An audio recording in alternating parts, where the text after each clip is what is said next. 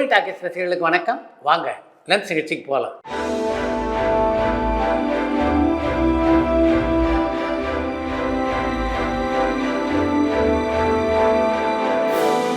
என்னம்மா முதல் கேள்வி? சார், உங்களுக்கு தமிழ் சினிமாவோட கருப்பு பக்கங்கள் எல்லாமே தெரியும். அப்படி இருக்கும்போது எல்லா சேனல்ஸ்லயும் நீங்க போய் பேசி அதை வெளிச்சத்துக்கு கொண்டு வரணும் அப்படின்னு நினைக்காம நீங்க கத்துக்கிட்ட நாலேஜை இந்த இண்டஸ்ட்ரிக்கு ரொம்ப ஆக்கப்பூர்வமா பங்களிக்கிறீங்க. அதுலயும் நீங்க எங்கேயோ போயிட்டீங்க.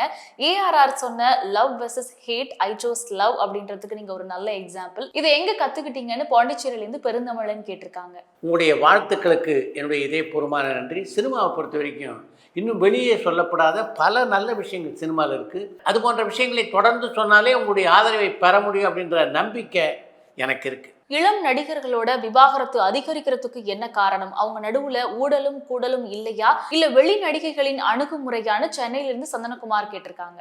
விவாகரத்தை பொறுத்த வரைக்கும் சினிமா துறையில் மட்டும் அது அதிகரித்து கொண்டிருப்பதாக சொல்ல முடியாது. சமூகத்திலேயே விவாகரத்து பிரச்சனை பெரிதாக கொண்டே இருக்கிறது அப்படின்றது தான் உண்மை. முன்னெல்லாம் பார்த்தீங்கன்னா கணவன் சண்டை போட்டால் பொண்டாட்டிக்கு அடங்கி போவாங்க, இல்லை பொண்டாட்டி கொஞ்சம் சத்தம் போட்டாங்கன்னா கணவர் அடங்கி போவார். இப்போ 2 பேரும் சத்தம் போடுகின்ற நிலைமை இருக்குது. அதுக்கு முக்கியமான காரணம் இருவரிடமும் சகிப்புத்தன்மை இல்லாதது தான். ஜல்லிக்கட்டு படத்துல நீங்க வில்லனா நடிக்கிறப்போ அந்த கேரக்டர் பத்தி உங்க வீட்டுல சொல்றப்பவே பயந்தாங்களா, இல்ல படம் பார்க்கும்போது பயந்தாங்களான்னு சந்தனகுமார் கேட்டிருக்காங்க.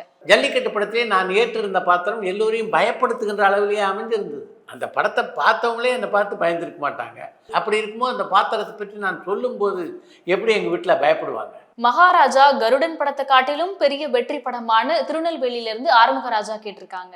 சமீபத்திலே ஒரு திரைப்பட விநியோகத்தை பேசிட்டு இருந்தா அவர் சொல்லும்போது கருடன் திரைப்படத்தை விட கூடுதலாக 25% மகாராஜா திரைப்படம் வசூலை பெற்றிருப்பதாக சொன்னார். அந்த வகையில் பார்த்தா கருடன் திரைப்படத்தை விட மகாராஜா வெற்றி படம் என்று தான் எடுத்துக்கொள்ள வேண்டும். மிஸ்டர் எக்ஸ் படத்துக்கு அப்புறம் ஆர்யா எந்த படத்துல நடிக்க போறாருன்னு பாண்டிச்சேரியில இருந்து ஏழுமலை கேட்டிருக்காங்க. மிஸ்டர் எக்ஸ் படத்தை தொடர்ந்து ரஞ்சித்தினுடைய இயக்கத்திலே உருவாக இருக்கின்ற சார்பட்டா பரம்பரை பார்ட் 2 படத்தினுடைய படப்பிடிப்பில் தான் ஆர்யா கலந்து கொள்வார் அப்படின்றது என்னுடைய எண்ணம். கமல்ஹாசன் தன்னுடைய சுயசரிதையை எழுதுவாரான்னு சென்னையில இருந்து வைதேகி கேட்டிருக்காங்க. தன்னுடைய சுயசரிதை எழுதினால் எந்த விஷயத்தையும் மறைக்காம எல்லா உண்மைகளையும் அதில் பதிவு செய்ய வேண்டும் என்று கமல்ஹாசன் நினைப்பார்.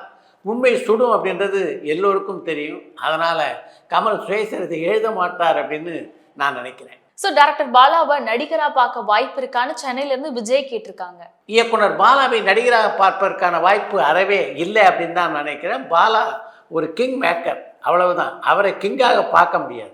விஜய் சேதுபதிக்கு மகாராஜா கை கொடுத்தது போல ஜெயம் ரவிக்கு ஜீனி கை கொடுக்குமான்னு தஞ்சாவூர்ல இருந்து ஜெயலட்சுமி கேட்டிருக்காங்க. விஜய் சேதுபதிக்கு மகாராஜா திரைப்படம் கை கொடுத்தது போல ஜெயம் ரவிக்கு ஜீனி திரைப்படம் நிச்சயமாக கை கொடுக்கும் அப்படின்ற நம்பிக்கை எனக்கு இருக்கு. 7ஆம் அறிவு திரைப்படம் ஏன் வெற்றி படமா அமையலன்னு நெய்வேலியில இருந்து பவானி கேட்டிருக்காங்க. 7ஆம் அறிவு திரைப்படத்துடைய திரைக்கதை உங்களை போன்ற ரசிகர்களை கவர்கின்ற விதத்தில் அமையல. அதன் காரணமாக தான் அந்த படம் வெற்றி படமாக அமையல. ஒருதலை ராகம் ரவீந்திரன் இப்போ என்ன பண்ணிட்டு இருக்காரு? அவரை சாய்வு சித்ரா நிகழ்ச்சியில எக்ஸ்பெக்ட் பண்ணலாமான்னு சேலம்ல இருந்து செல்வகுமார் கேட்டிருக்காங்க. ஒருதலை ராகம் ரவீந்திரனோடு நான் தொடர்பு கொண்டு பேசி ஒரு 5-6 வருடங்களுக்கு மேலாகின்றது. அவர் இப்போ எங்கே இருக்கார் அப்படின்னு எனக்கு தெரியல. அவருடைய தொலைபேசி எண்ணும் என்கிட்ட இல்லை. அவரை தொடர்பு கொள்கின்ற வாய்ப்பு கிடைத்தது என்றால் நிச்சயமாக அவருடைய நேர்காணல் நம்முடைய நிகழ்ச்சியிலே இடம்பெறும். ஆக்டர் விஜய்கோட முதல் அரசியல் மாநாடு எங்க நடக்கும், எப்ப நடக்கும்னு மதுரையில இருந்து கேசவன் கேட்டிருக்காங்க. விஜயுடைய அரசியல் மாநாடு கோட் திரைப்படத்துடைய வெற்றிக்கு பின்னால தான் இருக்கும். அநேகமாக இந்த ஆண்டு இறுதியில் அது நடக்க வாய்ப்பு இருப்பதாக நான் நினைக்கிறேன். அப்படி நடந்ததுன்னா நிச்சயமா உங்க ஊர்ல தான் நடக்கும். ஆட்லி டைரக்ஷன்ல சன் பிக்சர்ஸ் ப்ரொடக்ஷன்ல ரஜினிகாந்த் அண்ட் சல்மான் கான் சேர்ந்து ஒரே படத்துல நடிக்க போறாங்கன்னு நியூஸ்ல சொல்றாங்களே, அது உண்மையான? உடுமலைப்பேட்டில இருந்து முகமது இப்ராஹிம் கேட்டிருக்காங்க. அல்லு அர்ஜுன் கதாநாயகனாக நடிக்க சன் பிக்சர்ஸ் தயாரிப்பிலே அட்லியின் இயக்கத்திலே ஒரு படம் உருவாவதாக இருந்தது. அந்த படத்துக்கு அட்லி கேட்ட சம்பள தொகை இருக்குது, அது கொஞ்சம் மிக அதிகமாக இருந்ததாகவும் அதன் காரணமாக தான் அந்த படம் நடக்கலை அப்படின்னு சில நண்பர்கள் என்கிட்ட சொன்னாங்க. அந்த செய்தி உண்மையாக இருக்கின்ற பட்சத்தில் நீங்கள் சொல்லியிருக்கிற மாதிரி ஒரு திரைப்படம் உருவாவதற்கான வாய்ப்புகள் குறைவு. தனுஷ் மறுமணம் செய்து கொள்வாரான்னு சென்னையில இருந்து விஜயலட்சுமி கேட்டிருக்காங்க. தனுஷ் 1983ஆம் ஆண்டிலே பிறந்தவர். இப்போ அவருக்கு 40 வயசு தான் நடக்குது. அப்படி இருக்க அவர் மறுமணம் செய்து கொள்ள எல்லா வாய்ப்பும் இருக்கு அப்படின்றதானே உண்மை. நயன்தாராவுக்கு அடுத்தபடியா தனி கதாநாயகியா நிகழக்கூடிய வாய்ப்பு யாருக்கு இருக்குன்னு செங்கல்பட்டுல இருந்து செல்வகுமார் கேட்டிருக்காங்க. இப்போதுள்ள நடிகைகளில் யாரும் நயன்தாரா அளவுக்கு உயரக்கூடிய வாய்ப்புகள் இருப்பதாக எனக்கு தெரியல.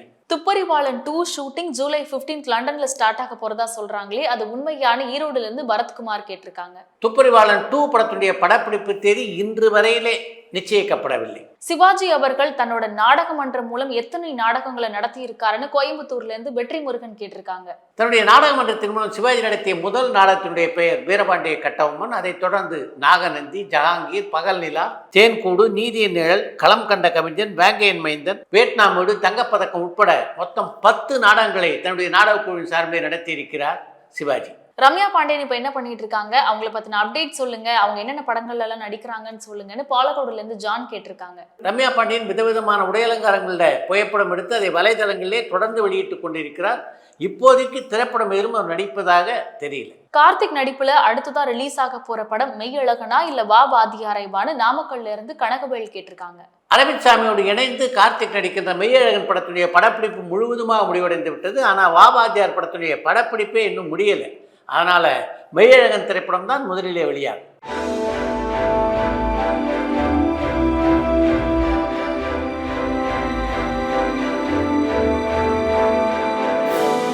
வாழ்ந்த காலத்துல தான் நம்மளோட துறை ஜாம்பவான்களை மத்திய அரசு கண்டுக்கல, இப்போவாது அவங்களோட குடும்பங்களை அழைத்து விருது கொடுக்கலாமே, இதை பத்தின உங்களோட கருத்து என்னன்னு கோவைப்புத்தூர்ல இருந்து பாபு கேட்டிருக்காங்க. கலைத்துறையிலே அளப்பரிய சாதனைகளை செய்த சாதனையாளர்களை இனம் கண்டு அவர்களுக்கு உரிய மரியாதை கொடுக்கறதுல ஏன் மத்திய அரசு தயக்கம் காட்டுகிறது அப்படின்றத என்னால் புரிஞ்சிக்க முடியல. மத்திய அரசோடு நெருங்கிய தொடர்பில் இருக்கின்ற கலை உலக பிரதிநிதிகள் இதை பற்றி மத்திய அரசுக்கு எடுத்து சொன்னாங்கன்னா நல்லாயிருக்கும். அடுத்து என்று ஒரு தகவல். பாரதி ராஜா இயக்குனராக அறிமுகமான திரைப்படம் 16 வயதிலே. அந்த படத்தின் மூலம் தமிழ் சினிமா உலகையே புரட்டி போட்டவர் பாரதி ராஜா என்பது எல்லோரும் அறிந்த விஷயம். அந்த படத்தை தொடர்ந்து கிழக்கே போகும் ரயில், சிகப்புறாக்கள், புதிய பார்ப்புகள், நிறம் மாறாத பூக்கள் என்று 4 திரைப்படங்களை இயக்கினார் பாரதி ராஜா. அவருடைய முதல் படத்திலேருந்து 5வது திரைப்படம் வரைக்கும் எல்லா படங்களுமே வெள்ளி விழா படங்கள். இதில் 4 படம் வெள்ளி விழா கண்டுவிட்டது. அவருடைய 5வது படமான நிறம் மாறாத பூக்கள் படப்பிடிப்பிலே இருந்தது. ஏறக்குறைய 10,000 மணி அந்த படத்தினுடைய படப்பிடிப்பு நடந்ததற்கு பின்னாலே பஞ்சாயத்து எனக்கும் அந்த படத்தை மினி ஆனந்த் திரையரங்கிலே திரையிட்டு காட்டினார் பாரதி ராஜா. எனக்கும் அந்த படம் சுத்தமாக பிடிக்கல, பஞ்சாயத்துக்கும் சுத்தமாக பிடிக்கல. அந்த படத்தை பார்த்துட்டு ஏறக்குறைய 2 மணி நேரம் பாரதி ராஜாவோடும் கடும் விவாதத்திலே நான் ஈடுபட்டு இந்த காட்சி சரியில்லை, அந்த காட்சி சரியில்லைன்னு தொடர்ந்து விமர்சித்தபடி இருந்தேன். நான் அவரை அப்படி கடுமையாக விமர்சித்தேன் என்றால் அதற்கு காரணம் இருக்குது. தொடர்ந்து 4 படங்களை வெள்ளி விழா படங்களாக கொடுத்தவர். அப்படி இருக்கும்போது இந்த படம் மிஸ் ஆகிடக்கூடாது அப்படின்ற ஆதங்கம் எனக்குள்ளே இருந்தது. அதுதான் அந்த வார்த்தைகளிலேயே கொஞ்சம் கடுமையாக வெளிப்பட்டது. நான் சொன்னதெல்லாம் பொறுமையாக கேட்டுக்கொண்டிருந்த பாரதி ராஜா, சரி இன்னும் 1 வாரம் எனக்கு டைம் கொடு, திரும்ப இந்த படத்தை காட்டுறேன், இந்த படத்தை பார்த்துட்டு எனக்கு சொல்லு என்றார். திரும்பவும் அந்த படத்தை பஞ்சநாளத்துக்கும் எனக்கும் திரையிட்டு காட்டினார் பாரதி ராஜா. நான் முன்னால் பார்த்த படத்துக்கும் இந்த படத்துக்கு சம்பந்தமே இல்லை. அந்த அளவுக்கு இந்த படம் விறுவிறுப்பாகவும் சுவாரஸ்யமாகவும் இருந்தது. இத்தனை வித்தியும் அவர் செய்தார்னா அது எங்கே தெரியுமா? தன்னுடைய எடிட்டிங் டேபிள். எடிட்டிங்கில் ஒரு படத்தை புரட்டி போடுறதுல பாரதி ராஜா ஒரு மிகச்சிறந்த திறமசாலி என்று தான் சொல்ல வேண்டும். வேறு யாராக இருந்தாலும் அப்படி ஒரு அதிசயத்தை அந்த படத்தை வச்சுட்டு செய்தே இருக்க முடியாது. அதன் காரணமாகத்தான் அந்த படம் வெற்றி படமாக அமைந்தது, வெள்ளி விழா படமாக அமைந்து தொடர்ந்து 5 வெள்ளி விழா படங்களை கொடுத்தவர் என்ற பெருமையை பாரதி ராஜாவுக்கு பெற்றுத்தந்தது.